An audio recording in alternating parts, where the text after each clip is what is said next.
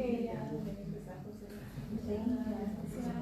Pues quiero que Diana, yo no tengo escrito.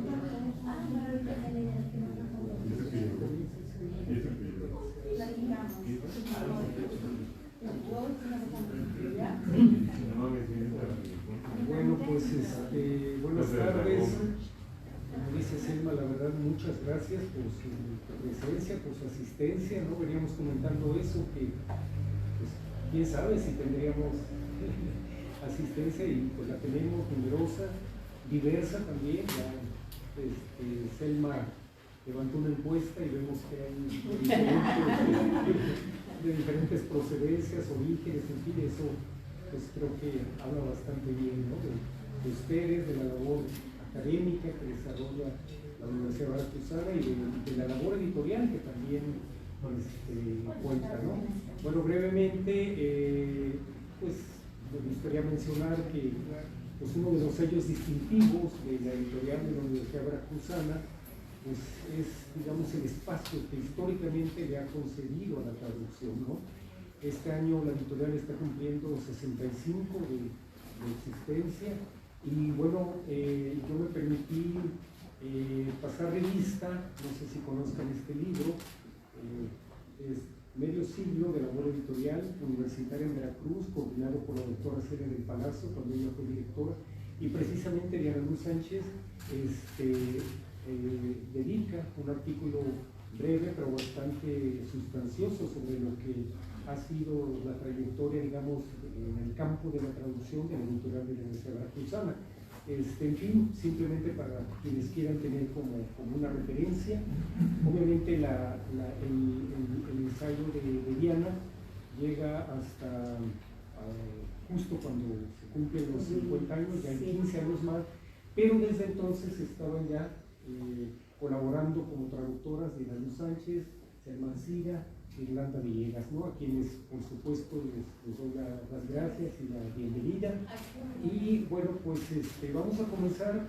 Selma trae un texto escrito, ese va a ser un poco como el punto de partida, y a partir de ahí, bueno, pues vamos a establecer como un diálogo, ¿no? Un conversatorio más que otra cosa, ¿no?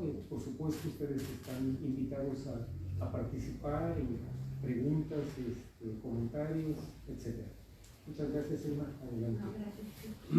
Bueno, realmente es un privilegio para mí estar hoy con ustedes y participar en esta mesa redonda para celebrar los muy fructíferos 65 años de continuada labor editorial de la Universidad Veracruzana. De verdad es un gusto estar aquí con ustedes. Como comentábamos hace un momento, pensé que íbamos a estar nosotros cuatro y alguien más, y me llena de placer y de satisfacción y de orgullo que hayan venido ustedes aquí, porque hablan muy bien de lo que está sucediendo culturalmente en Jalapa. La mesa de hoy está dedicada a la traducción, algo que desde que me lo propuso Agustín me llenó de gusto. La traducción ha sido parte fundamental de mi acontecer cotidiano, es mi pasión, es mi forma de estar en el mundo y mi manera de entender la vida. La editorial de la Universidad Veracruzana tiene y ha tenido, en mi opinión, una relación muy bella con este arte u oficio, según se quiera entender. Varios de los directores de la editorial han sido ellos mismos traductores. Recordemos, sin ir más lejos, a nuestro queridísimo José Luis Rivas, flamante traductor de grandísimos autores como T.S. Eliot, St. John Perse o Derek Walcott. José Luis estuvo al frente de la editorial de 1992 a 2006. También Luis Arturo Ramos, director de la editorial en la década de los 80 del siglo pasado, además de narrador, era traductor. ¿Y ni qué decir tiene de Sergio Pitol, que estuvo al frente de la editorial en 1967, cuya pasión por la literatura traducida fue una constante a lo largo de su vida?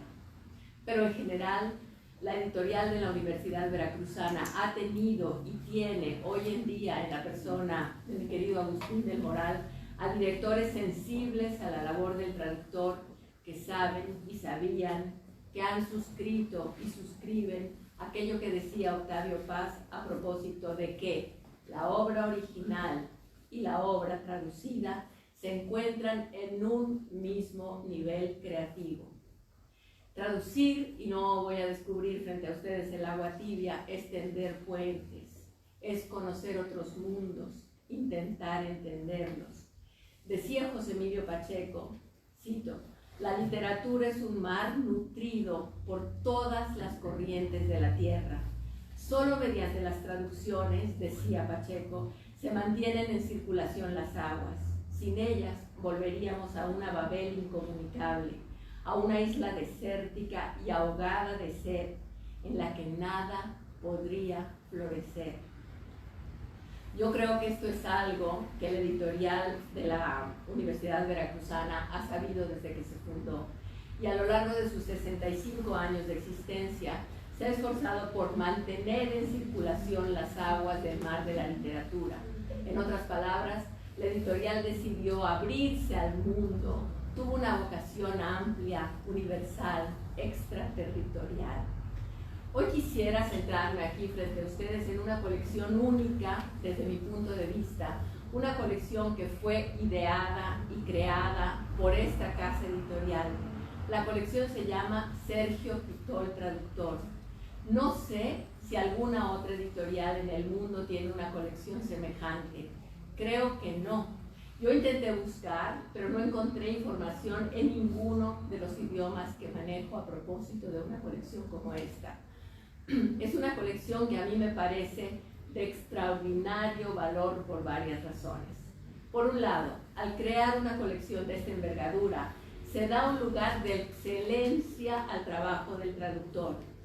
Por otro, al crear una colección así, la editorial permite que se inserten en su catálogo libros que de otra manera no necesariamente habrían formado parte de él.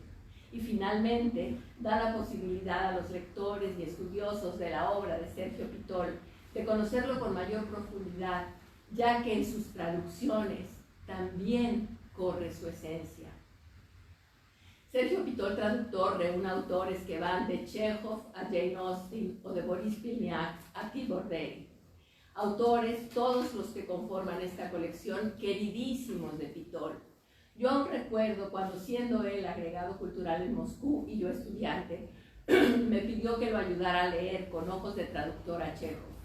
Esos días pasados al lado de Sergio en su departamento moscovita, desentrañando significados no evidentes de algunos vocablos chejovianos, adentrándonos en la maestría del ruso para estructurar un cuento, sumergiéndonos en su peculiar universo, fueron para mí también una especie de escuela de traducción.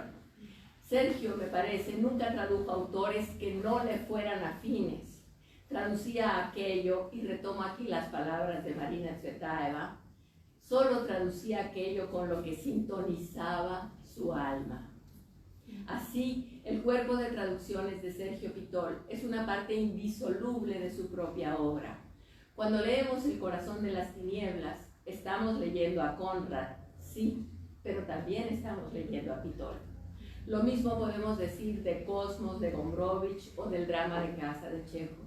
Estoy convencida que un autor traductor como Pitol no solo es sus novelas, es también sus traducciones. ¿Cómo me gustaría que editoriales en otras latitudes del mundo siguieran el ejemplo de la Universidad Veracruzana y publicaran las traducciones hechas por sus autores, así, reunidas, de manera que se diera la oportunidad no solo a los lectores, sino también a los especialistas de adentrarse con mayor profundidad y de manera verdaderamente cabal en la obra del autor? Pero no quiero dejar de mencionar aquí a otro de los grandes impulsores de la traducción en este país, Emilio Carballido. Hasta donde tengo entendido, Emilio no traducía, pero qué manera tan impresionante tenía de encontrar autores y buscar a los traductores adecuados para traerlos al español. A Emilio le debemos poder leer a grandes dramaturgos de los más diversos rincones del mundo. Un ejemplo de actualidad es el libro que presentamos ayer y la obra que veremos mañana en la sala Emilio Carballido. Antes de que Carballido lo descubriera, Jacobus Cambanelis, el autor al que estoy mencionando, no existía en nuestro mundo.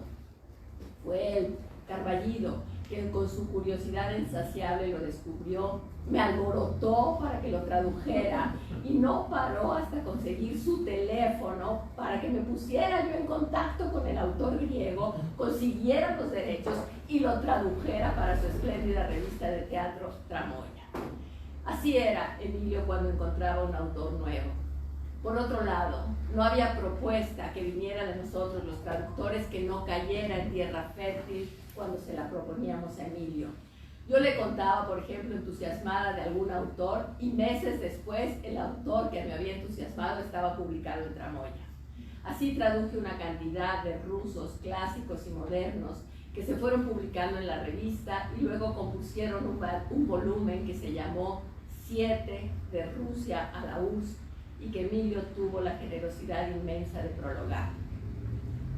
Tramoya sigue viva. Ahora la dirige Héctor Herrera, siempre con el mismo entusiasmo que aprendió y heredó de Carballido, luchando contra viento y marea para que puedan leerse y representarse en nuestras tierras autores de tierras lejanas. Pitol traducía, Carballido invitaba a traducir. Ambos abrieron ventanas, tendieron puentes, con cariño y con cuidado trasplantaron a muy diversos autores a nuestras latitudes, creando un jardín exótico en el que nosotros pudiésemos alimentar y fortalecer nuestro espíritu. Yo he tenido el privilegio de traducir para la editorial de la Universidad Veracruzana varias cosas, además del ya mencionado teatro. En esta casa editorial ha tenido cabida El mundo fascinante de Constantinopla, de María Giordanido, casi una desconocida cuando la UV le abrió sus puertas.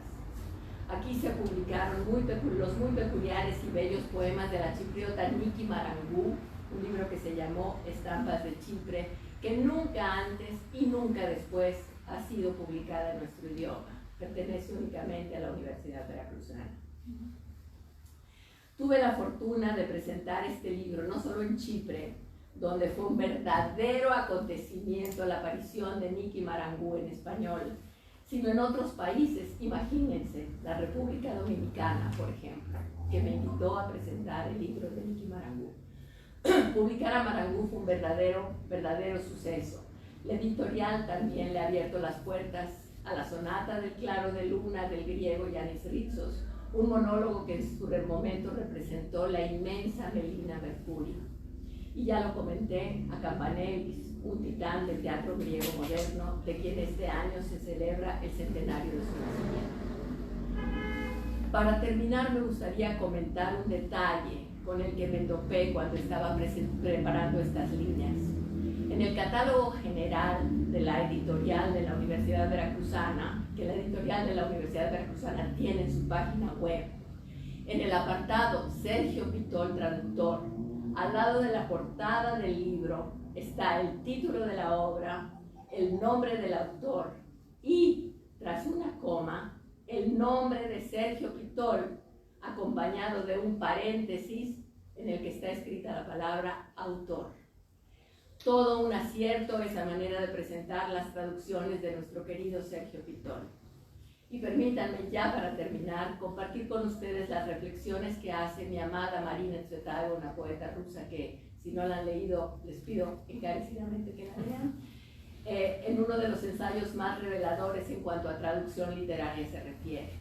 En 1933, Marina Tsvetaeva escribió Dos reyes de los elfos, un breve ensayo dedicado al poema que Goethe había escrito en 1782 y que el poeta ruso Vasily Zhukovsky había traducido en 1818. Tras un análisis muy riguroso del trabajo realizado por el traductor, Marina Tsvetaeva concluye, cito, «Son pares en grandeza. Al cabo de 100 años, la traducción ha dejado de ser traducción para convertirse en original. Se trata únicamente de un rey de los elfos distinto. Son pares en grandeza, pero son muy diferentes. Son dos reyes de los elfos. dos variaciones sobre el mismo tema, dos visiones de lo mismo, dos testigos de una misma visión. Cada uno lo vio desde sus ojos. Cierro la cita.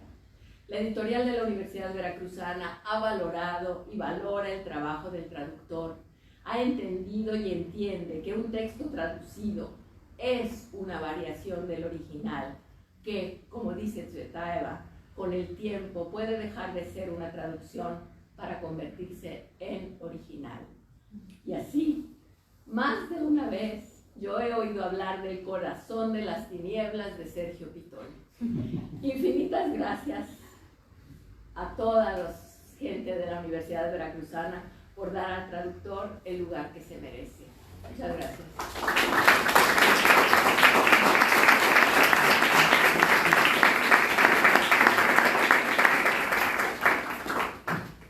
Bueno, un breve comentario sobre Sergio Pitol, traductor. Ayer precisamente hablábamos de esto. Sergio Pitol, en determinado momento, él así lo confesaba, perdió la cuenta del número de traducciones que había hecho. Así hizo como un listado, hizo como un recuento y fácilmente llegaba a los 50 títulos traducidos. La colección se arma, bueno, aquí hay que mencionar a Rodolfo Mendoza, él fue, digamos, el editor de esta colección. Estoy hablando del pasado, ahorita explico por qué. Los primeros títulos, ahorita la colección llega hasta 20 títulos. Esos títulos se escogieron pensando básicamente en la cuestión de los derechos, es decir, eran las traducciones de Sergio que en esos momentos estaban libres de derecho, afortunadamente títulos sumamente valiosos, sobre todo, ¿no? Como tú mencionas, ¿no? Él se iba sobre lo que le llegaba, ¿no? Él incluso recuerdo que hablaba de que antes de empezar a escribir alguna novela, algún cuento, acostumbraba cuando menos comenzar la lectura de las primeras páginas de Dios a todo eso, ¿no? De Robert Grace, porque él esa lectura le daba como una idea de la estructura, ¿no? Él siempre, en el caso de esta novela, reconocía la estructura a partir de la cual se había desarrollado. En fin, entonces se escogieron esos títulos. La idea era que la colección, cuando menos llegara a 25, estaban programados. Lamentablemente, bueno, pues la colección no sigue en estos momentos, hubo diferencias con la familia, con los herederos de Pitol. Estamos en eso, estamos un poco en esa idea de retomar el contacto, ¿no? De volver a establecer un puente con la familia, con los herederos, y ojalá que la colección continúe, ¿no? Ese es simplemente el comentario que yo quiero hacer. No sé, Yolanda, Diana. Pues aprovechando esta mención, muchas gracias, Selma, por estar aquí con nosotros. Gracias también por permitirme formar parte de esta mesa con tan connotadas traductoras. Yo solo hago traducción de manera paralela a mi trabajo de profesora investigadora, no me considero una traductora en pleno, pero ahora que mencionabas El corazón de las tinieblas, bueno, ya que hay varios de las víctimas pobres de mis cursos de literatura europea moderna contemporánea, que cuando traen una versión que no es de Pitol, les digo, bueno, no, regrésate y lee la de Pitol, ¿no? Pero recuerdo mucho una entrevista que le hizo Rosa Beltrán para La Palabra y el Hombre a Sergio Pitol, donde él justamente le comentaba a Rosa, es que tienes que sentirte Joseph Conrad para poder traducir, ¿no? Entonces, todas estas vestiduras que un buen traductor se pone para poder conversar y convertir ese original en otro original. Yo estoy muy de acuerdo contigo en que no hay un original o que solo hay variaciones de estos originales. Y a mí me gustaría mucho, tú también mencionaste algo muy interesante, que esta colección permite, como otras colecciones, la Biblioteca del Universitario, crear escuelas en nuestra Universidad Veracruzana.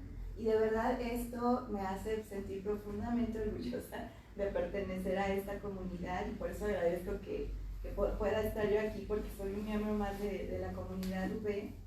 Pero en la UB hay una escuela de traducción que está pues fundada desde gente como que está en nuestros pasillos, que convive con nuestros estudiantes, como el queridísimo maestro Mario Muñoz, como nuestro querido maestro José Luis Rivas, como Agustín del Moral.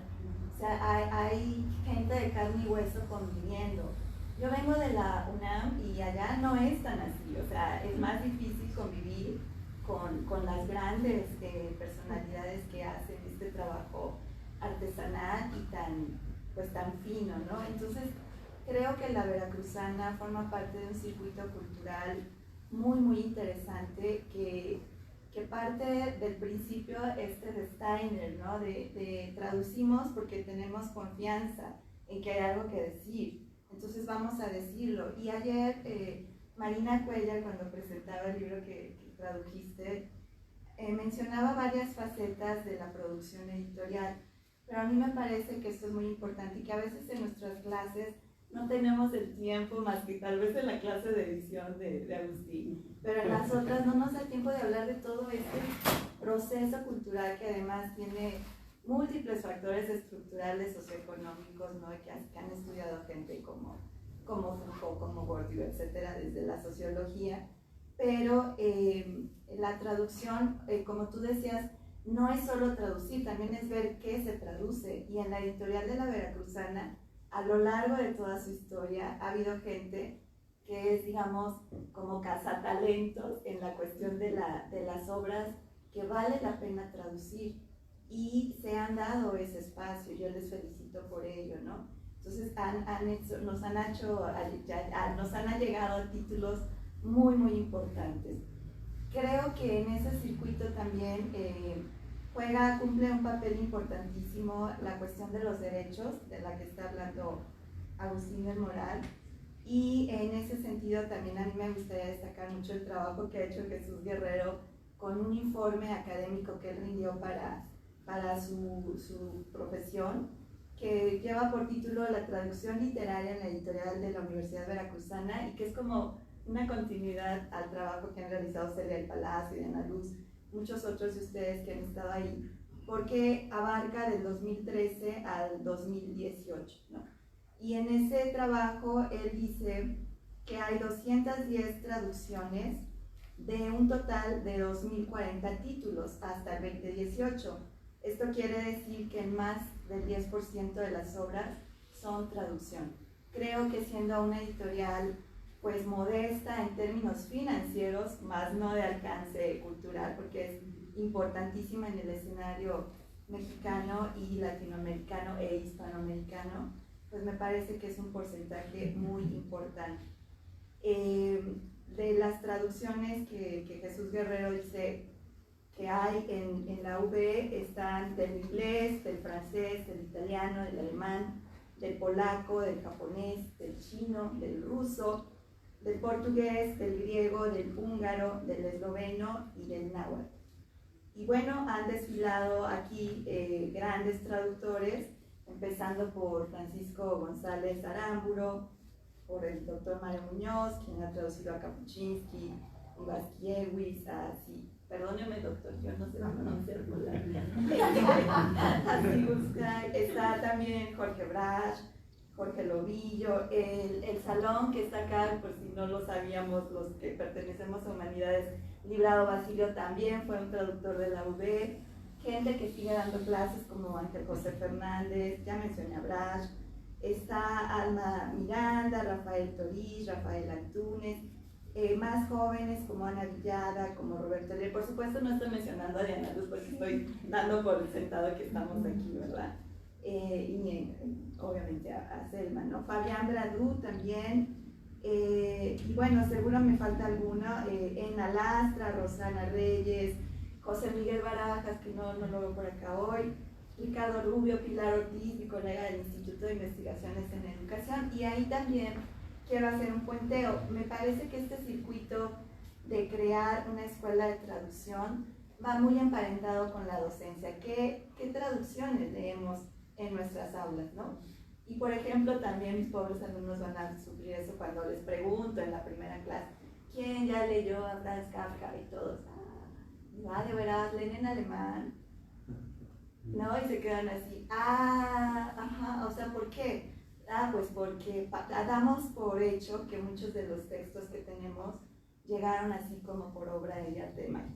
Pero no solo pasa en el primer semestre de licenciatura, en el doctorado de nuestros posgrados, también la gente en las tesis nos cita a los traductores.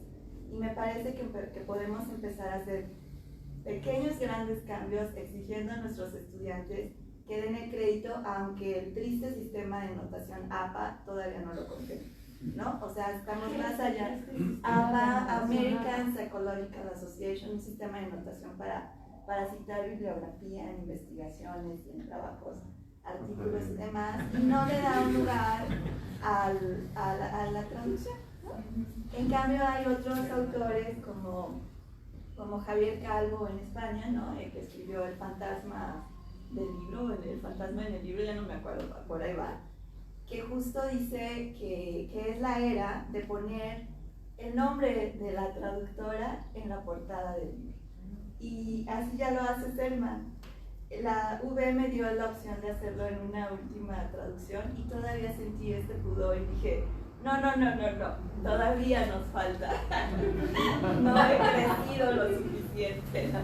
Pero qué bueno. Autora del texto sí, que ellos van a leer. Sí, pero bueno, el tejido del español es tuyo. Así es, y es un debate, qué bueno que se abra.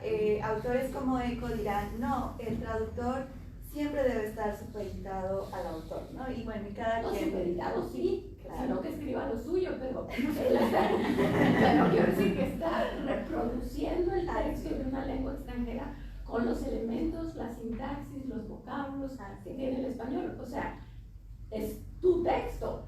Y hay muchas editoriales en México que no te brindan esa opción, pero la UV ya te lo está brindando y yo aplaudo muchísimo esa parte.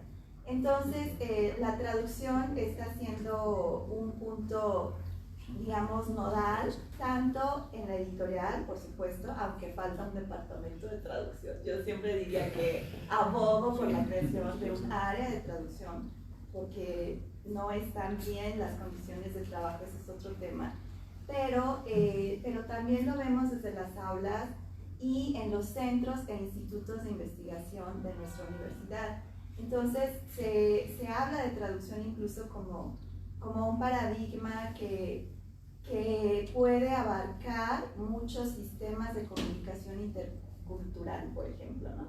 Y esta visión me agrada. Hay cuerpos académicos como en el que trabaja Diana Luz, Lingüística y Traducción, de cuyo seno también formé parte fundadora, y otros como el que yo pertenezco, que es el de Estudios Culturales, que también trabajamos traducción, y hay muchos otros, eso nada más en un instituto y una facultad, pero hay otros institutos y otras facultades que están haciendo lo propio.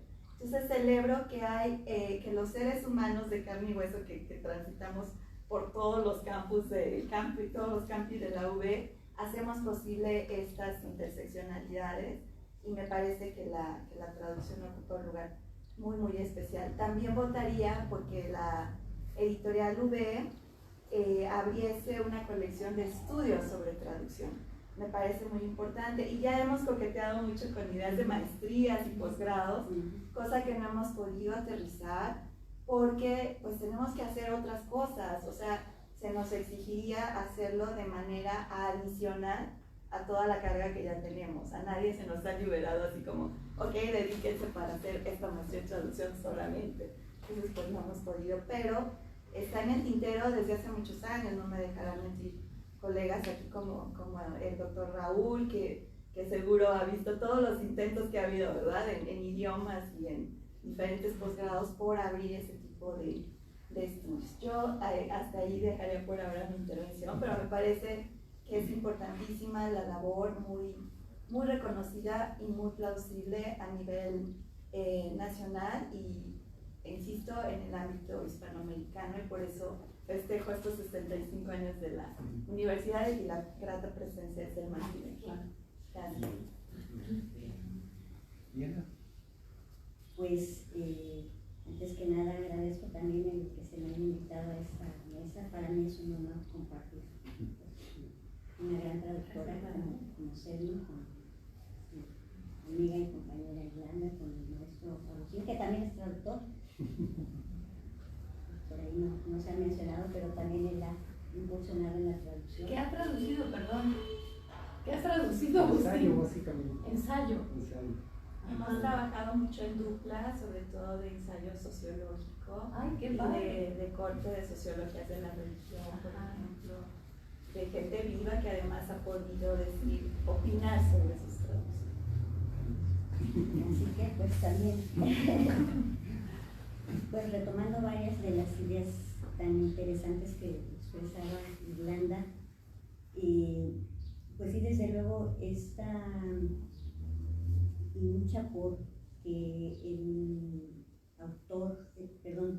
traductor sea reconocido como un autor ha sido pues, una batalla de mucho tiempo, porque pues, hace unos años a veces ni siquiera figuraba el nombre del traductor en los libros, ¿no? O sea, se consideraba, bueno, eso es lo de menos, ¿no? Posteriormente se ha ido reconociendo en las legislaciones, por ejemplo, en la de México está reconocido como un autor secundario, y debido a eso, pues teóricamente está exento de impuestos. Muchas veces en las editoriales sí nos cobran impuestos equivocadamente, pero de acuerdo con la ley no tendríamos por qué pagar impuestos los traductores, en tanto que autores secundarios. Pero sí ha sido una lucha progresiva, ¿no? Posteriormente se ha incorporado ahora siempre como una obligación esta mención del autor en las páginas legales, ahora sí es una obligación, hasta llegar a la portada de los libros, ¿no? Que apenas algunas editoriales se atreven a hacerlo, o solo en el caso de autores muy reconocidos se hace, ¿no? Como o en el caso quizá de la traducción de El corazón de las tinieblas, no recuerdo en este momento si viene la mención de él, ¿no? En portada creo que No. sí, en la portada viene de Sergio Pitol, El corazón de las tinieblas. No. Joseph Conrad, El corazón de las tinieblas, traducción de Sergio Pitol. Ajá. En el caso de la página. Ajá. Sí, pero en la Pero en portada, la portada no. Sí. Entonces pues también celebro esto que Perdón, mencionaba. un segundo, perdón. Pero no importa, porque la colección se llama Sí. Sergio Pitol. Sí, ahí hay un claro Pues marco. queda obvio. Ajá. Hay un claro marco. Claro, y pues también a mí me parece increíble que exista esta colección de Sergio Pitol.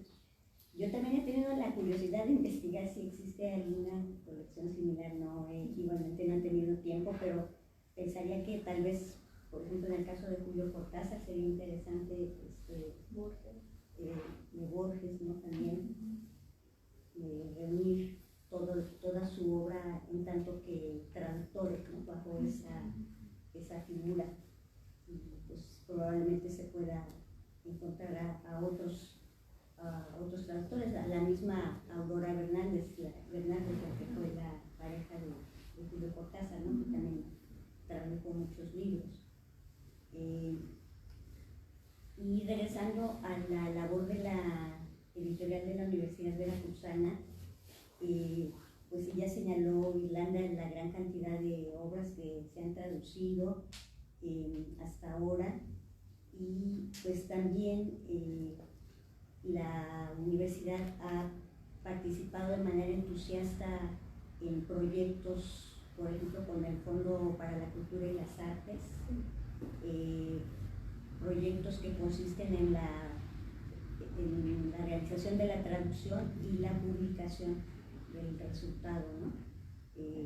Por ejemplo, yo misma fui beneficiaria de una beca de ese tipo y pude traducir este libro en 2006, El reino vegetal, una serie de cuentos de Pierre Gascard, gracias al apoyo de la Universidad Veracruzana, y no soy desde luego el único caso.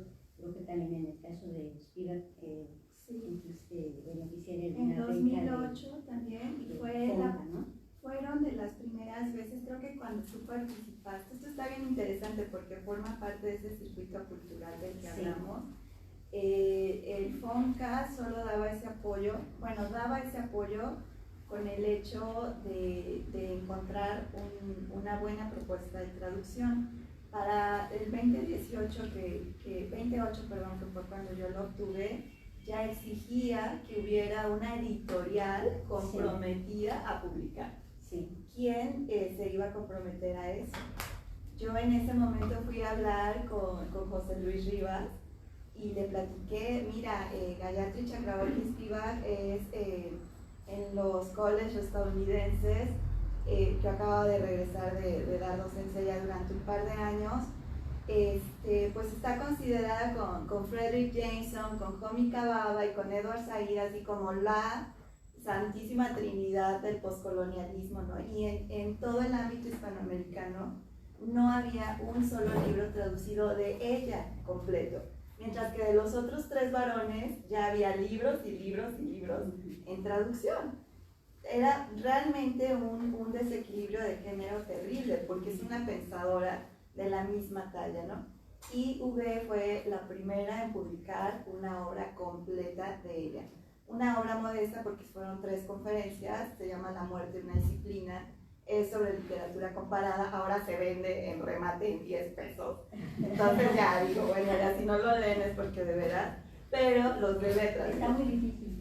Bueno, sí, realmente Spivak es una autora súper difícil de traducir, pero, bueno, tengo el gran, digamos, la gran recompensa de que ella lee en español y al leer mi trabajo dijo, thanks for a very lucid translation.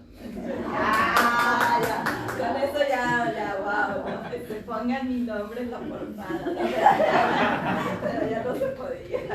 Entonces, bueno, pues ese tipo de satisfacciones que después los derechos de Spivak, por ejemplo, nos los ganó España, ¿no? Con Trota, creo, no me acuerdo con quién, pero carísimos, ahí Jesús se ha de acordar de cuál editorial nos lo ganó allá.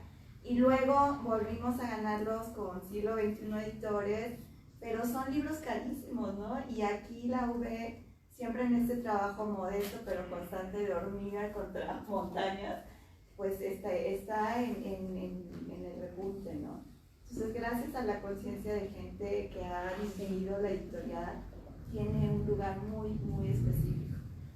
Fonca, ustedes como editorial han logrado varios apoyos de Fonca y de muchas otras beneficios institucionales que logran gestionar porque tienen todas las credenciales para hacerlo. Sí.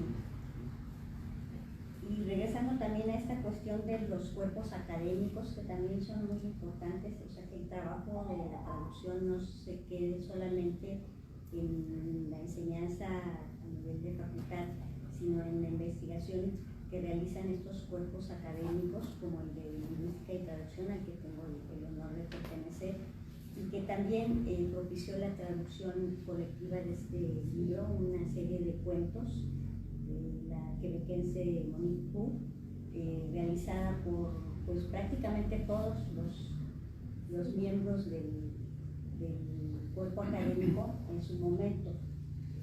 Entonces, nuevamente la editorial dio su apoyo para la publicación de este volumen. Y pues está también el lado de las coediciones, que bueno, yo ahí sí no tengo muchos datos respecto a títulos, pero sé que la universidad participa también, apoya las traducciones en coedición con otras editoriales. También es otra beta importante. Y respecto a esto que mencionaba Irlanda de la maestría o posgrado en traducción, sí ha sido muy complicado. Se ofreció hace creo que 3 años, en 2018, se ofreció por primera vez un diplomado. Fue lo más que pudimos lograr. Entonces, porque hay muchísimos requisitos, es algo que se debe planear con mucha anticipación. Pero los estudiantes del diplomado creo que en general quedaron contentos y de hecho ha habido mucha gente que sigue pidiendo que se ofrezca nuevamente ese diplomado. Existe proyecto para el próximo año, esperemos que se concrete. De hecho, existe el proyecto de un diplomado binacional con una universidad serbia para ofrecerlo tanto allá como acá, de manera simultánea. Pero como les digo, son procesos burocráticos muy largos y complicados, pero sí existe, sigue existiendo esa idea de poder seguir trabajando dentro de la traducción y de ofrecer una mayor formación a los estudiantes aparte de la que aquí se les brinda, porque pues, en la facultad creo que básicamente el enfoque se da en la enseñanza de las lenguas, aunque sí hay experiencias educativas en traducción, pero el diplomado sería específicamente con experiencias enfocadas a la traducción. Pero sí existe ese proyecto y en cuanto ojalá se haga realidad, pues se realizaría, ¿no? También hay esfuerzos para formar intérpretes en lenguas originarias. Estos son también como de menor envergadura por la dificultad. Hay que llegar hasta las comunidades donde se encuentran estos sujetos nahuablantes, básicamente, que ya están frente a la radio o frente a medios de comunicación locales y que requieren de una profesionalización. Desde el Cuerpo Académico de Estudios Culturales se les ha brindado con apoyo de especialistas en interpretación como nuestra querida colega Cristina Kleiner y otros traductores, intérpretes que también son docentes en la Facultad de Idiomas, en la Facultad de Letras y en otras facultades, ¿no? Entonces sí hay esfuerzos conjuntos. También yo quisiera hablar de cómo la traducción está siendo vista a nivel nacional por nuestro Sistema Nacional de Investigadores. El SNI es el primer año que ya está reconociendo las traducciones como obra. O sea, antes no podíamos, gente como nuestra colega Pilar, que tiene más de 100, no sé cuántas traducciones hechas, no podía acceder, aún siendo investigadora, a este estímulo tan importante, porque no se consideraba investigación, ni obra, ni original, ni nada, la traducción. O sea, nuestro Sistema Nacional de Investigadores no lo reconocía. Es la primera vez que podemos registrar traducciones y nos las valen. Entonces, de repente nuestro catálogo de publicaciones se amplía porque muchas de nosotras investigadoras hemos hecho traducción. Y también yo quería comentar que pues, se trata entonces de algo estructural que hay que lograr reivindicar. O sea, no todos tenemos la fortuna de poder trabajar solamente de la traducción, aunque nos hubiera gustado. Tenemos que hacer un montón de otras cosas. Pero, ¿qué sería también de este circuito cultural sin todas sus engranes, ¿no? Y ahí yo también quiero hablar de las librerías y las librerías especializadas y de gente como Moisés, que son especialistas en recomendarte y abrir tu horizonte de lecturas, ¿no? Y creo que esto es muy, muy importante también, este tipo de poder acercar mediante la distribución adecuada y los canales de transmisión pues idóneos, como ahora. Gracias, Alma, por estar transmitiendo en Facebook Live. Creo que hay mucho material, pero sí nos falta poder articular, llegar a mucha población, que sí hay un gran interés por estas temáticas. Lo hemos atestiguado.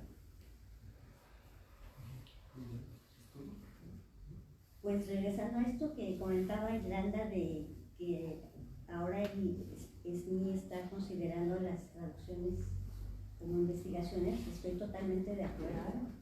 Traducir implica investigar, indudablemente, ¿no? O sea, tenemos que dirigirnos a todo tipo de diccionarios, a veces hasta hablantes de la lengua nativa, a buscar pasajes de textos en libros, en las obras originales. Implica una labor de investigación increíble que la gente que no se dedica a esto quizá no puede imaginar, ¿no? Pero sí, para mí la traducción es una investigación, aparte de una labor de escritura, implica un gran aparato de investigación, así que celebro que ahora sí se estén considerando como tales las traducciones. Y bueno, regresando también a la editorial, pues mencionar obras sobre la traducción, que tenemos una de Fabián Bradley, Octavio Paz y los puentes de la traducción, o sea, no solo obras traducidas, sino obras sobre la traducción. No sé si ya esté agotado, pero existe el libro. Y desde luego la antología que coordinaron. Sí, la traducción lingüística y cultural, los procesos. Este libro también fue resultante de más de un quinquenio de investigación, de un seminario mensual donde participaban estudiantes de licenciatura, que hay uno que ya está doctorándose casi y en aquel entonces apenas estaba cursando la licenciatura. Y había desde estudiantes hasta investigadores y bueno, entre todos armamos a partir de una plantilla unos conceptos que usamos en nuestra vida cotidiana, docente y académica, que provienen de la traducción. El libro lleva por título La traducción lingüística y cultural en los procesos educativos hacia un vocabulario indispensable, y está pensado como para sentar las bases comunes de un entendimiento mutuo. Entonces es un esfuerzo por comunicar y por también reflejar las distintas visiones que tenemos de la traducción en la UV, porque sí habemos colegas que defendemos, estoy hablando en plural para no hacer las distinciones de grupos, pero que defendemos, no, la traducción debe ser lingüística y hay errores en la traducción, y habemos otros, no, a ver, nunca hay error. Como dice Leonard Cohen, there is a crack in everything, that's where the light gets in, ¿no? Siempre hay una fisura en todo y por ahí se cuela la luz, hasta en cualquier cosita que parece un error, se cuela la luz que ilumina el original o el texto fuente, ¿no? Y estos debates los tuvimos en seminario, luego en un congreso así como a nivel nacional, y finalmente tomaron la forma de un libro. Entonces, pues también está ese producto, ¿no? Gracias, Diana, por traerlo a colación. Sí. Maestro Mario, usted empezó a colaborar con la editorial de la Universidad Veracruzana en un momento pues clave, ¿no? Casi un momento fundacional. Usted mismo, ya lo mencionaron aquí, ha traducido para la editorial de la Veracruzana. No sé si nos quisiera hablar de ese momento, de ese periodo, ¿no? La etapa, su relación con San Capitol, con Polonia, con la cultura polaca. Sí, como no, muchas gracias. Yo me adherí a la editorial de la Universidad Veracruzana, pues diríamos en una edad muy temprana. Yo estaba cursando el tercer semestre de la Facultad de Letras Españolas, precisamente en la Universidad Veracruzana, y ingresé a trabajar cuando tenía más o menos 18, 19 años, directamente en la editorial de la universidad. La primera invitación fue de un maestro que poco se menciona y que fue director de la editorial, desde luego, el maestro César Rodríguez Chicharro. Entonces, gracias a él, me dio a comentar cartas a la señora Z de Kazimierz Brandes, una traducción precisamente de San Brandes en ese entonces pues, era un actor pues, muy conocido, muy reconocido, contestatario en Polonia, era de origen judío. Entonces, yo hice la reseña precisamente para La Palabra del Hombre, y cabe hacer mención que el maestro Rodríguez Chicharro pues era extremadamente exigente con todos los textos que le llegaban. y especialmente pues con una gente como yo que era estudiante, pues con mucho más razón, y aparte era mi maestro en la propia Facultad de Letras. De manera que me dio a sacar una reseña de Cartas a la señora Z, y para mi sorpresa en poco tiempo llegó Sergio Pitol a visitar la editorial. Yo no lo conocía, no sabía quién era Sergio Pitol, ¿no? Salvo por las solapas que alguien hizo de ese libro. Y bueno, recuerdo muy bien que llegó un señor muy elegante, muy joven, a hablar con el maestro Chicharro, ¿no? Y bueno, después supe que había ido a conversar con él porque ya el maestro se iba a Estados Unidos y le había propuesto la dirección de la editorial de la universidad. Entonces, bueno, estaba hablando con él, yo estaba pues ahí en mi escritorio, que me daban a corregir pruebas, en fin. Y de momento veo que se acerca conmigo, el maestro Sergio, eso siempre lo voy a tener muy presente, y me dice, me hablaba de usted, ¿no? Dice, oiga, realmente me gustó su reseña. Y yo todavía muy ingenuo le dije, disculpe, ¿por quién estoy hablando? Y me dice, bueno, pues yo soy el traductor de Cartas a la señora Z. Y entonces para mí hasta la fecha ha sido una inmensa satisfacción porque era de hecho mi primer reseña profesional, se puede decir, para una revista de esa altura, La Palabra y el Hombre. Y al poco tiempo Sergio, hablo de 1967, se hizo cargo de la editorial de la Universidad Veracruzana.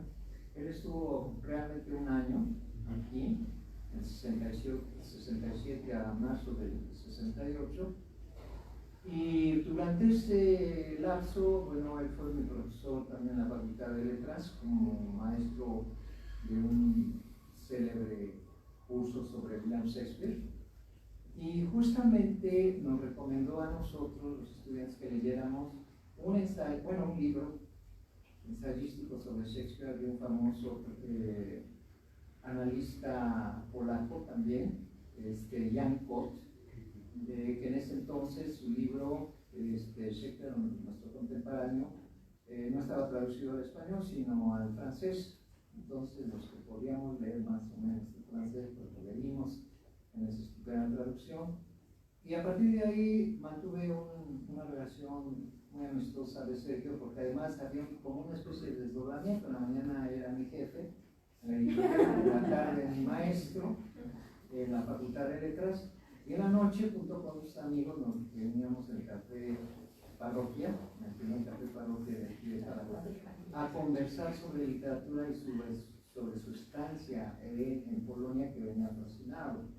Y a partir de ahí, durante todo el periodo en que Sergio Pitol estuvo en los años 60 aquí en Jalapa, pues empezó a dar a conocer todas sus traducciones a través de la famosa editorial Era. Publicó y tradujo Madres de Reyes, también de Grandes, que después ha aparecido en la colección Sergio Pitol Traductor.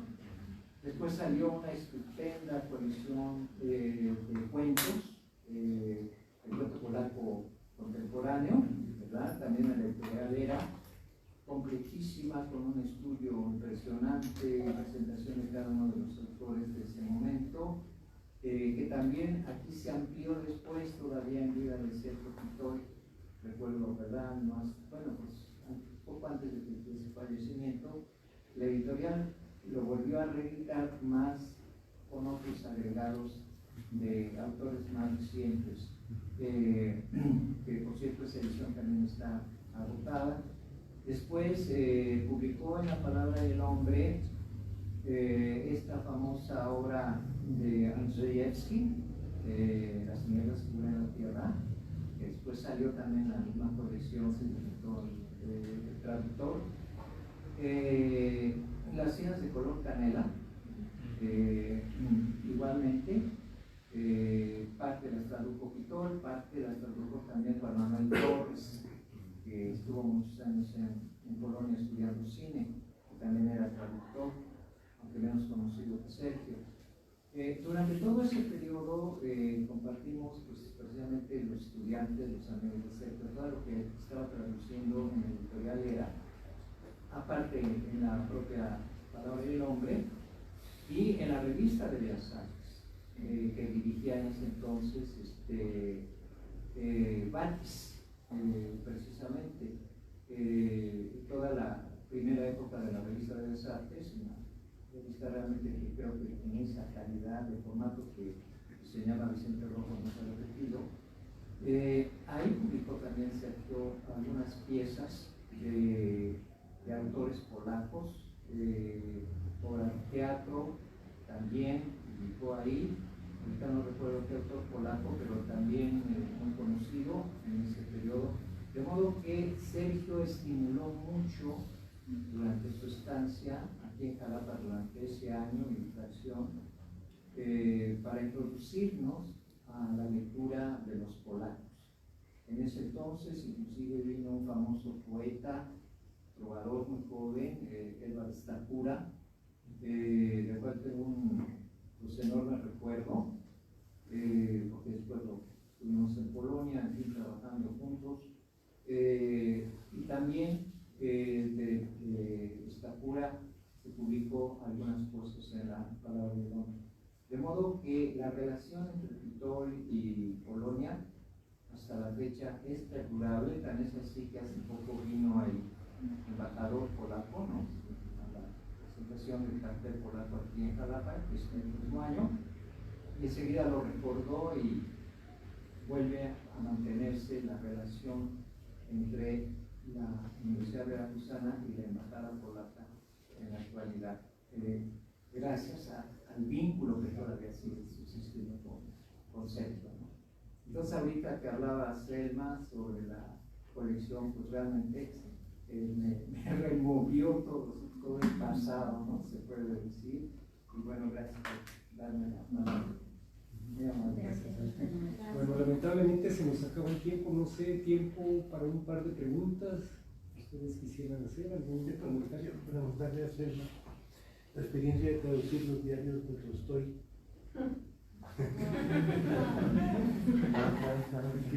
¿Cuánto tiempo tenemos?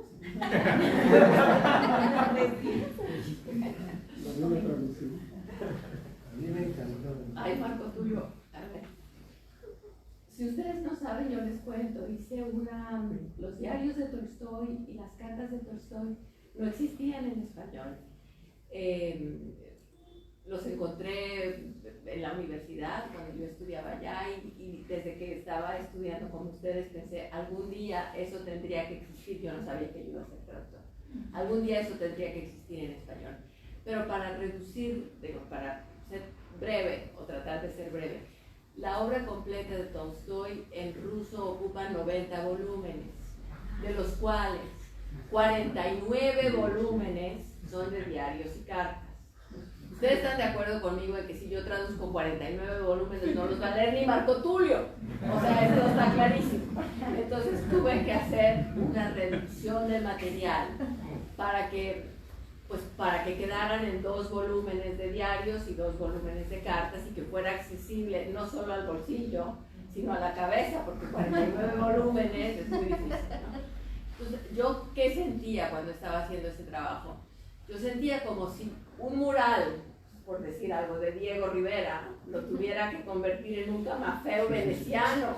O sea, tendría que ser la misma imagen, que el lector en español tuviera la misma imagen de Tolstói, que percibiera lo mismo, no cargar las tintas sobre la escritura o sobre la vida cotidiana o sobre el amor de Tolstói por el deporte o sobre el amor de Tolstói, era un gran cazador, sino que queda un gran cazador, que después se hizo vegetariano y abogaba por los derechos de los animales, pero quiero decir, todo ese recorrido espiritual de Tolstói tenía que quedar plasmado en los diarios y las cartas. Entonces, para acabar pronto, cogí mi maleta y me fui a Moscú y me instalé en un departamento para poder trabajar con especialistas, porque claro, yo solita, pues a lo mejor hubiera podido, pero quién sabe cuánto me habría tardado. En cambio, trabajando con gente cuya especialidad es el mundo de Tolstói, fue más fácil que, digamos, la primera selección que yo hice me dijeran, uy, no, vas mal, ¿no? O sea, hay que trabajar más este aspecto, más la escritura o más la lectura. Y al final, pues, después de, y se dice pronto, muchachos, pero es mucho, después de 10 años, se publicaron 2 diarios, 2 libros de cartas y 2 volúmenes de diarios. 10 años. Yo les juro que en esos al final, ya digamos que la segunda mitad de los 10 años, pues yo vivía físicamente en el siglo XX, pero vivía en el siglo XIX. O sea, me sorprendía de que pasaran coches en la calle. O sea, porque, no, les juro, cuando uno está traduciendo, el mundo del autor, el momento, lo que lo rodea, todo empieza a formar parte de uno. A mí me pasa que yo siento que el libro de pronto ya me empieza a correr por las venas, y si sudo el libro, y, o sea, ya es parte de ti. Entonces, estar durante 10 años en Yasna Paliana, que es la aldea donde nació Tolstoy, y con los campesinos, y la liberación de los campesinos, y el zar, y el asesinato del... O sea, todo era un mundo que yo llegué en un momento dado llegué a temer por mi salud mental, porque no me podía ya comunicar, ¿no? Contigo o con Agustín, porque ustedes me hablaban del mundo en el que vivimos y yo estaba en otro, ¿no? Pero fue un trabajo apasionante, simplemente apasionante. En la mañana me entrevistó una muchacha encantadora que se llama Maribel y me preguntó un poco de eso, y la respuesta es sí. Yo en este momento, Selman Sira, 66 años cumplidos, con una trayectoria de más de 100 libros traducidos, ¿qué soy? Soy los libros que he traducido. Soy los autores que he elegido traducir. En mí hay una parte grandísima de Tolstoy, una creo que más grande todavía de Tsvetaeva. En mí corren los pensamientos, los miedos, las virtudes de Nikos Kazantzakis, y todos esos autores que yo he elegido traducir son pues mi sangre, mi carne, mis huesos, mi cerebro. Yo ya no sé quién era antes de empezar a traducir, ¿no? O sea, realmente he cogido de cada uno de estos autores lo que me ha dado, ¿no? Lo que me ha formado, ¿no? Imagínense a Tolstoy, que nació aristócrata, le fascinaba matar animales, fumaba como chacuaco, bebía como cosaco, jugaba como Dostoyevsky, o sea, una cosa tremenda, y de pronto pasa algo en su vida. Mujeriego a morir. ¿Qué? Mujeriego a morir. Mujeriego a morir. De hecho, todavía, y eso no se lo cuenta a nadie, en Yasna Paliana, en su aldea natal, de pronto ves hijos de campesinos que dices, ¿what? Son como Tolstoy chiquitos, ¿no? Porque tuvo muchos hijos con muchas campesinas, ¿no? Y estas campesinas pues, se reprodujeron después, y total que siguen corriendo niños con rasgos tolstoyanos. Bueno, pues ese señor que les pinto, que era un aristócrata decimonónico, con todas las de la ley, tuvo un recorrido en el mundo que acabó amante del pacifismo, no solo amante, abanderado del pacifismo. Fue él quien influyó en Gandhi para que Gandhi desarrollara su filosofía pacifista. No se vestía con pieles animales, ni muchísimo menos. Abogaba porque hizo una ley antialcohólica para salvar a los campesinos del alcoholismo. Le mandaron, cuando cumplió 80 años, le mandó una tabacalera, una caja de cigarrillos, o de puros, no sé, no me acuerdo de qué, que se las regresó diciendo, se los agradezco mucho, pero esto le hace mal al ser humano. O sea, no sigan produciendo cigarros, porque esto es malo. Entonces, todo ese recorrido que hizo Tolstoy, quieras que no, si ustedes se van a dejar a la literatura, a la traducción, después de 40 años se van a acordar de lo que estoy diciendo. Quieras que no, te influye. Cada uno de mis autores ha dejado su impronta en mí, ¿no? Y eso es bonito, es muy bonito, porque pues es el resultado de toda una vida, ¿no? ¿Te contesto más o ya? Hay mucho más, Por ejemplo, los diarios secretos, los que escondía él en su chamarra para que no los viera su mujer. No, lo que pasa es que, a ver, se habla, yo no sé si ustedes vieron una película que se llamó en español La Última Estación. ¿No la vieron? No. Bueno, es una película que habla de los últimos meses o el último año de vida de Tolstoy. En general, se tiende a pensar que la mujer de Tolstoy era muy mala, muy mala, muy mala y que le echó la vida a perder, pero las cosas en la vida no son así. No hay un culpable y una víctima o un verdugo, no. Yo, desde mi humilde punto de vista de traductora de Tolstoy, al que le he dedicado 10 años para diarios y cartas y luego otros más para las novelas chiquitas, y no sé si ustedes han visto los aforismos que publiqué con el Fondo de Cultura Económica, fue un trabajo muy largo también, un trabajo de pensamiento muy intenso. Yo creo que en una familia no era Tolstoy la víctima y Sofía Andreevna la culpable, simplemente caminaron juntos durante unos años y después cada uno tomó un rumbo distinto, se alejaron, y no es culpa de ella ni es culpa de él, así se presentó la vida. Pero claro, Sofía Andreevna, que no tenía el nivel, digamos, de desarrollo espiritual del propio Tolstoy, pues quería saber todo lo que decía, porque decía que iba a escribir cosas feas de ella y la posteridad la iba a malentender, entonces le copiaba, le leía los diarios. Entonces Tolstoy, para poder expresar, porque esto es interesante.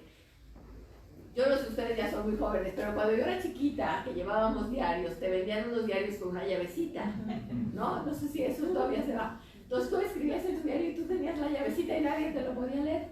En Rusia no.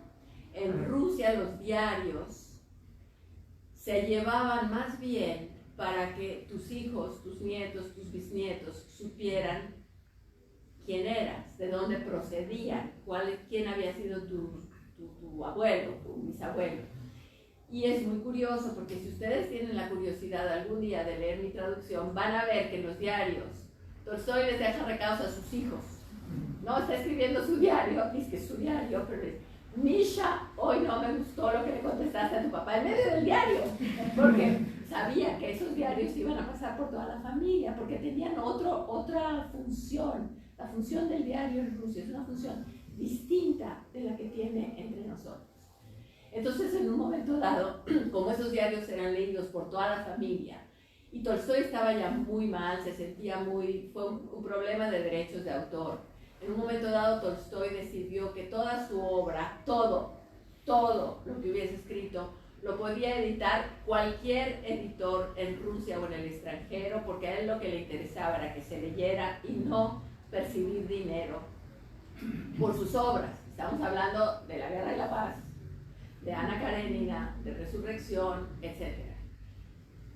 Y eso, yo puedo entender a Tolstoy porque él estaba en contra de la propiedad privada, pero también puedo entender a Sofía Andreevna, que tenía 9 hijos y que estaba velando por el patrimonio de sus hijos. O sea, no hay uno malo y uno bueno, simplemente son intereses distintos y una manera distinta de percibir, ¿no?, la realidad. Entonces, por eso es lo que dice Marco Tulio, que él se creó un diario secreto, que no le fueran a leer los hijos y nadie, y se lo metía en la caña de la bota, ¿no? Pero cuando se iba a dormir se tenía que quitar la bota. Entonces metía el diario en una incisión que le hizo a la parte de atrás de un sofá que estaba pegado en la pared y que no se veía, y ahí guardaba su diario. Yo traduje parte de ese diario en los 2 volúmenes que hay de diarios y cartas. En el segundo volumen hay parte de ese diario porque me parece muy interesante como testimonio. Ya. Max tenía una... Sí. Sí, muchas gracias, qué padre toda la mesa. ¿Cómo vincula usted, además de la labor como traductora, como investigadora, a la de fotógrafa y viajera? ¿Pero tú qué sabes de mí? He seguido mucho su trayectoria y Ay, me parece muchas muy gracias. interesante que además de que su nombre aparece en las portadas, sean sus fotografías en sus viajes a Grecia. En muchos, sí. Yo antes de optar por la carrera de letras de filología rusa, barajé mucho la posibilidad de ser, ¿cómo se llama? Me sale la palabra en ruso. Los fotógrafos de la película, ¿cómo se llaman? operadores, ¿no? ¿Cómo se llama? No. ¿Camarógrafo? Bueno, camarógrafo, bravo.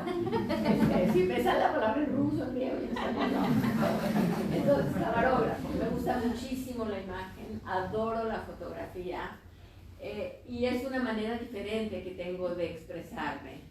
Si lo que les decía hace un momento, si cada uno de mis libros, cada uno de los libros que conforman mi biografía literaria corresponde a un momento dado de mi vida, porque por eso elegí traducir ese libro en ese momento, y es una manera de expresarme.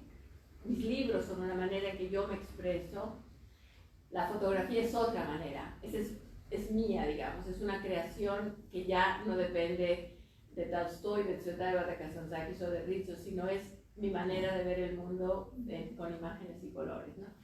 Entonces, como a mí me gusta cuidar mis libros hasta lo último, he intentado muchas veces que las portadas de mis libros sean fotografías que siento que tienen que ver con el contenido, ¿no? De ahí, por ejemplo, en el Fondo de Cultura, El paisaje caprichoso tiene una portada que es una fotografía en Rusia, es una iglesia rusa, que en la primera edición la pusimos al revés porque era caprichoso, y en la segunda, ya como es la edición de universitaria, ya era más difícil acomodar las letritas, entonces ya entró al derecho.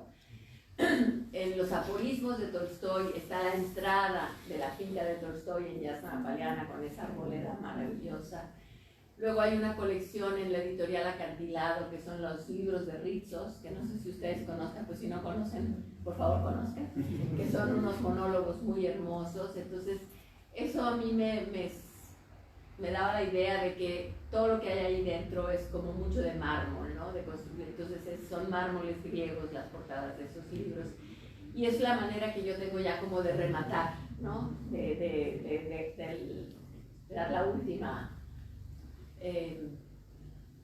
pues no sé, el último detalle, ya está la traducción cuidada, la selección de texto cuidada, entonces ya, mi foto, ¿no? Porque soy una fotógrafa verdaderamente empedernida. Voy tomando fotos de todos lados y me encanta, y es como, pues es lo que yo siento, que captar la belleza del mundo es, digamos, lo que a mí me gusta, ¿no? Yo sería incapaz de tomar un bote de basura, porque no es bello. Me gusta captar la belleza del mundo. Gracias por seguirme. La última pregunta. Sí, bueno, pensando en eso que decía del proceso de estar tanto tiempo como intentando ponerse los zapatos, ¿no? de otra obra, ¿hay alguna autora o autor que hayas abandonado? O sea, que empezaras y dijeras, creo que esto no. No, ¿y sabes por qué? Porque antes de empezar, porque yo no sé si ustedes sepan las distintas etapas de la traducción literaria, son muchas y muy largas, ¿no? Y a mí me gusta traducir los libros que cuando los leo, ya no puedo seguir viviendo, ¿no? Entonces son esos los que yo traduzco.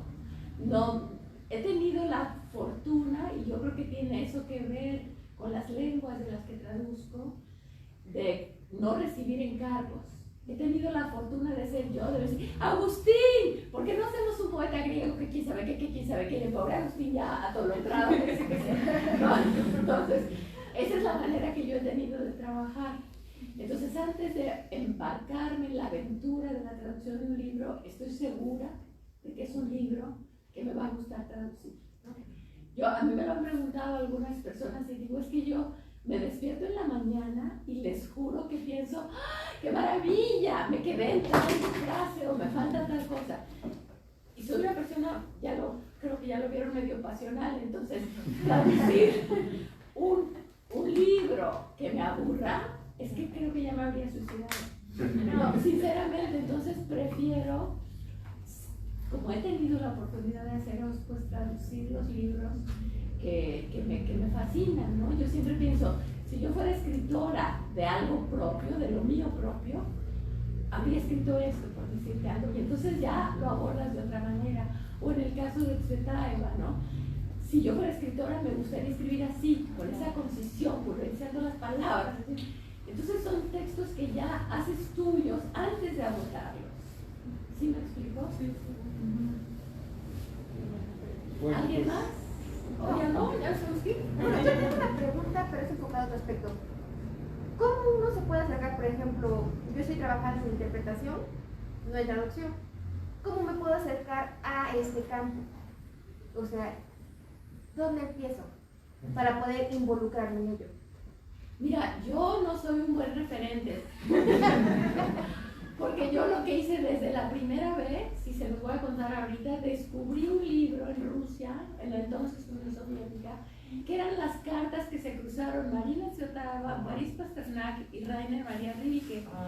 Entonces, ese libro me lo dieron en Rusia, envuelto en 20,000 papeles, sobres, ligas, y me dijeron, no lo abras hasta llegar a tu casa, a tu cuarto de tu residencia estudiantil, porque estaba prohibida Tsvetanova en Rusia en ese momento, porque había emigrado, porque había estado casada con uno oficial del ejército blanco, porque había, etcétera. Porque se había suicidado además, en el régimen soviético nadie se podía suicidar, porque era uno, entonces estaba completamente vetada. Y me lo dieron así, en la agencia de derechos de autor, que ya me había hecho amiga del empleado. Yo llegué a mi residencia, mi cuarto de la residencia estudiantil, abrí el paquete, lo empecé a leer y empecé a sentir que ya no iba a poder vivir, ¿no? Que yo tenía que ofrecerles a ustedes esas cartas, porque yo había sido tan feliz leyéndolas y yo tenía la posibilidad de leer en ruso, que mucha gente no. Y tuve la suerte de que Pitol, otra vez Pitol, era agregado cultural de la Embajada de México en Moscú y éramos amigos. Y le dije, Sergio, mira lo que tengo, lo voy a traducir. Me dijo, ¿estás loca? O sea, Rilke, Pasternak, Tsvetanova, no has traducido nunca en tu vida. Le dije, no, pero voy a aprender. Y entonces, bueno, es una historia muy larga, me puso en contacto con el hijo de Pasternak, el hijo de Pasternak me ayudó con frases, con cosas, con todo. Y entonces después ya tenía el libro traducido, solita, sin editorial, sin nada. Yo solita como loquita me traduje mi libro completo. Y cuando vine a México de vacaciones, Pitol me dio una carta para el maravilloso don Arnaldo Orfila, que era director de Siglo XXI Editores allá en México. Y yo fui con mi carta y con mi texto, ¿no? Con mi traducción en hojas que mi mamá, bendita sea, me pasó a máquina con papel carbón. ¿Se acuerdan? No sé si se acuerdan de eso, pero era una época. Hacían copias con papel carbón y le llevé a don Arnaldo, le hablé de Tsvetanova, de Rilke, de Pasternak, de las cartas, del verano, de las noches, del verano, y después de 2 horas, yo creo que ya lo tenía tan atolondrado el pobre, que me dijo, sí, mijita, vamos a publicar. Y en ese momento, siempre lo cuento porque para mí fue, en ese momento, don Arnaldo Orfila hizo que Tsvetanova naciera en español, que nunca se había publicado en español. Entonces fue el nacimiento de Marina en español y el nacimiento de Selman Sira como traductora, fue el primer libro, ¿no? Un momento maravilloso. Entonces yo te digo, no soy un referente porque yo ya me ves cómo hablo, entonces llego y los convenzo. Pero es algo que tendrías que, bueno, no sé si puedes, pero otra manera, no sé, algo que a ti te súper fascine, ¿no? Que realmente sientas que vale la pena que los demás lo lean, que tú tienes la suerte de leerlo, de descubrirlo y quieres compartirlo. Esa necesidad aquí que ya no te deja vivir es la que hace que después eso fructifique en un libro que se va a leer por los demás, ¿no? Oye, ¿existen las traducciones que estaba haciendo Tsvetanova sobre Lorca? ¡Sí, señor! ¿Sí? ¿Y las conoces? Claro, y si me hubieran dicho antes se las habría traído y se las habría leído, pero ahorita ¿cómo le hacemos? Sí. Es que Tsvetanova tradujo a Federico García Lorca, pero Tsvetanova no hablaba español. Entonces tradujo lo que a mí me gusta decir a 4 manos. Ella, o sea, alguien que hablaba español le hizo la traducción literal. Pero es muy curioso, muchachos, porque fíjense, le hizo la traducción literal, entonces Marina la leyó y tomó el material de ahí, pero hizo su propio poema. Y ahí, por ejemplo, donde Lorca tiene, por decirte algo, 14 versos, el poema de Marina tiene 26. Ni corta ni perezosa. ¿Y qué creen? Es un poema maravilloso, porque es un poema ruso. Y además Son las únicas traducciones en ruso, y oigan bien lo que les voy a decir, en donde se siente el duende de Lorca. Wow. Aunque tengan más versos o menos versos o cambien las palabras, ahí está Lorca y lo sienten los rusos, ¿no? Lo mismo pasó con Pasternak. Pasternak tradujo a Shakespeare los sonetos y son realmente está Shakespeare en esos sonetos, ¿no? Y tampoco es que esos sí son sonetos porque ni modo que les cambiara, pero digo el número de versos, pero muchas veces cambia cosas y no importa. Ella misma decía, Tsvetaeva decía, que ella tradujo a Pushkin al francés.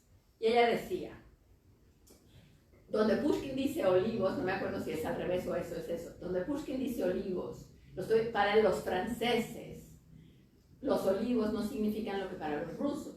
Para los franceses, un naranjo significa lo que para el ruso un olivo. Entonces también, ni corta ni perezosa, donde Pushkin pone olivos, Marina pone naranjos, porque es para lograr la sensación del lector, equivalente a la sensación del lector ruso cuando lee la palabra olivo. Y son lecciones, esas son, para mí han sido lecciones de traducción. Como el ajonjolí con María Jordanidou. Sí, señor. Pero bueno, ¿cómo te llamas? Maximiliano. ¡Qué barbaridad! ¿Y es de la canción de cuna? Sí, exacto. Sí, exacto. Bueno. No, luego nos vamos a tomar un café. No, pero platíquenos cómo va eso de la ajonjolí, porque los que no lo conocemos. Esa es una novela que publiqué con la veracruzana que se llama Loxandra. Es de una autora que se llama María Jordanidou. Pero no que ya nos teníamos que ir. Sí, bueno, les cuento esto ya. Es una novela muy, muy linda, escrita por una griega de Asia Menor. No sé si ustedes sepan que los griegos tenían una colonia importantísima en Asia Menor y en 1922 los echaron los turcos y se regresaron a ellos. Pues Jordanidou vivía en Estambul, en Constantinopla para los griegos. Y entonces la novela, entonces ya me oíste en alguna cosa, te voy a repetir mismo. La novela está escrita en dos griegos distintos. En el griego de Asia Menor, que es el que hablaban los griegos de allá, y en el griego de Grecia. Cuando yo me enamoré de esa novela, que también me enamoré de esa novela, y cuando propuse traducirla, pensé, ¿qué voy a hacer para crear el mismo estupor en mis lectores? Porque los griegos, cuando leen esa novela, los griegos de Grecia, hay muchas palabras del griego de Asia Menor que ellos no conocen. Y los griegos de Asia Menor, hay muchas palabras del griego de Grecia que no conocen. Entonces yo pensé, le di muchas vueltas, ahorita ya suena rápido, pero yo le di muchas vueltas porque pensé, a ver cómo me va. Voy a hacer un experimento. Voy a traducir el griego de Asia Menor como el griego, como el español de México, no me acuerdo exacto, pero ahorita es igual, da lo mismo. Y el griego de Grecia como el español de España. Y entonces los lectores de América Latina van a sentir el mismo estupor cuando lean palabras estrictamente castizas, como los españoles de España van a sentir el mismo estupor cuando lean la palabra ajonjolí o guajolote. ¿Qué? Entonces, pues sí, pero es exacto. Estaba intentando crear la misma sensación de los lectores del original, que de pronto ven una palabra y dicen, ¿pero qué es eso? Y no saben, porque es un griego que pertenece a otra parte del mundo. Fue lo que hice con esa novela, que si no la han leído, se las recomiendo. La tiene publicada la Universidad Veracruzana. Bueno, pues ya.